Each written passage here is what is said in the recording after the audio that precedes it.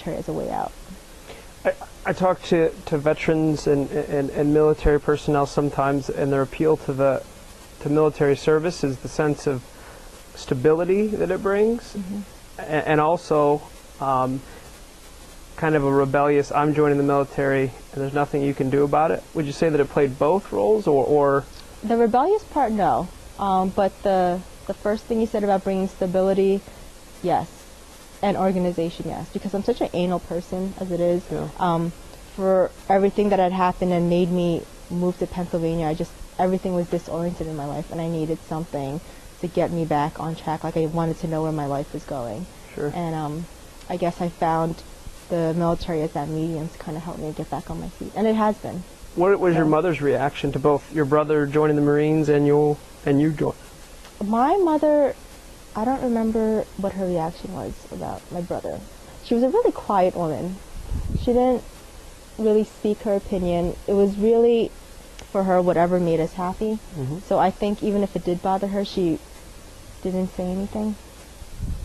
But I mean, I could see how much it made him happy, so I'm sure she saw it too, and I think she was okay with it. And she wasn't around when I made my decision to join the military, but I think she would have supported me, for sure. So talk about the process. You contacted a recruiter. At this point, you're a senior in high school? At this point, I am actually a sophomore, because the credits from Brooklyn didn't quite transfer properly to the credits done in Philly. Sure. Like, it was different. So I was held back 2 years. It was murder for me in high school. Being 18 and being around 16-year-olds, like, I wanted to shoot myself. But, oh my God, don't put that in. It's too late. But so I was a sophomore. I contacted a recruiter on my own. She sat me down and talked to me, and the only people that I really had to get approval from was my aunts and my uncles, because they were my guardians at that point. But in my opinion, whether they wanted me to or not, I was going to join, because that was something that I wanted to do. I had my mind set on it, and like, the process went really quickly for me, because I knew I wanted to do it.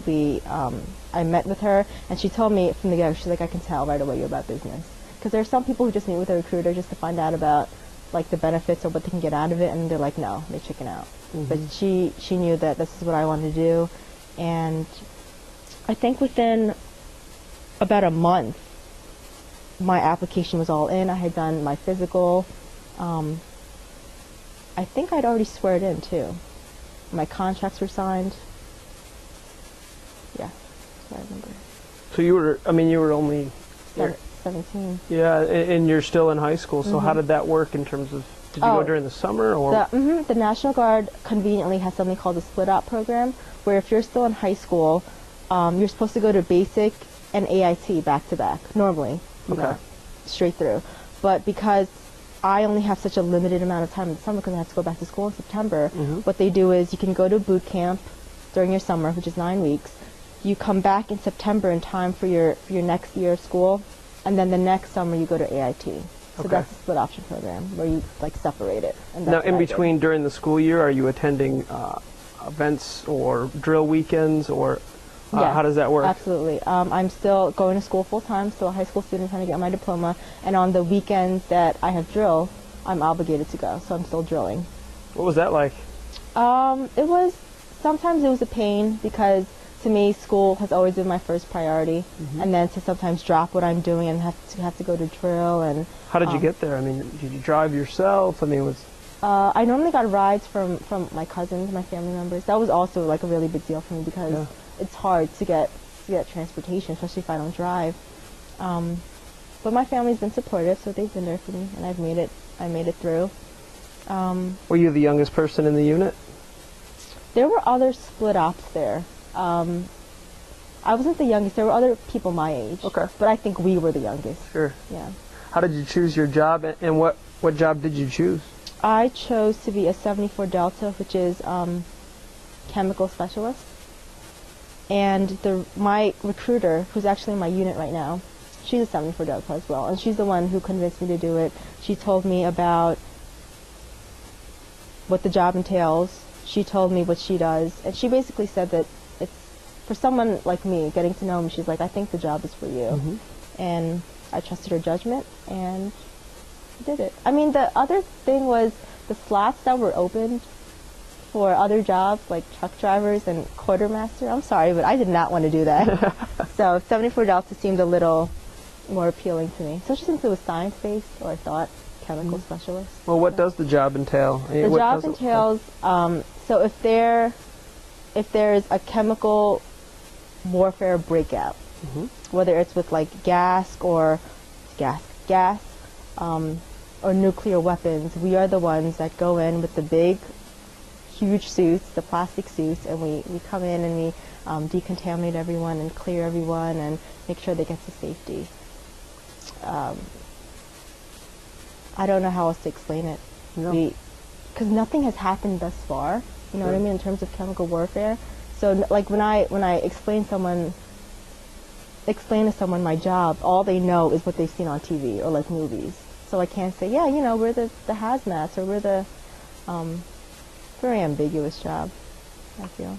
Maybe talk a little bit about basic training, going to basic training, and what that was like for you. I loved it. Did you love it the night before you left? I don't remember. I think I might have been really anxious. But if there's one thing that I'm really happy about in terms of military career, is the fact that I got to experience going to boot camp and my job training. I had a lot of fun, met great people. Didn't struggle with anything while you were there? Yes, I did.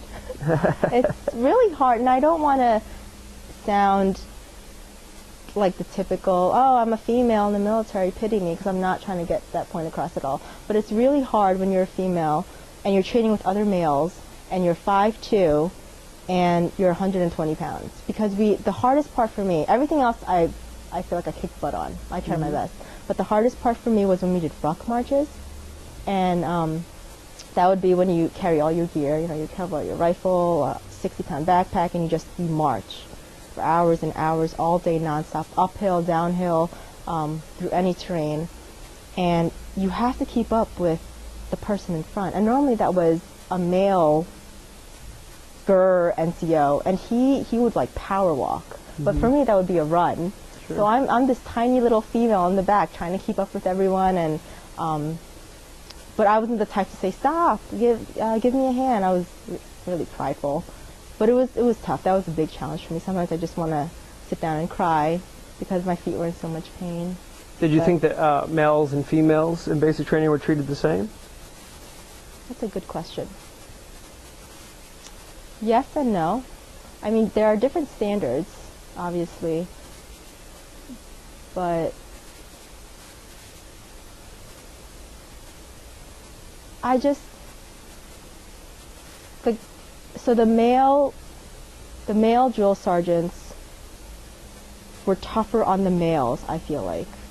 I mean, not to say that they were not tough on the females, but I think they were more comfortable being tougher on the males, whereas the female drill sergeants were tougher on the females and equally tough on the males. Like, there's more bias when it's a male drill sergeant. I don't know why, but that's what I noticed.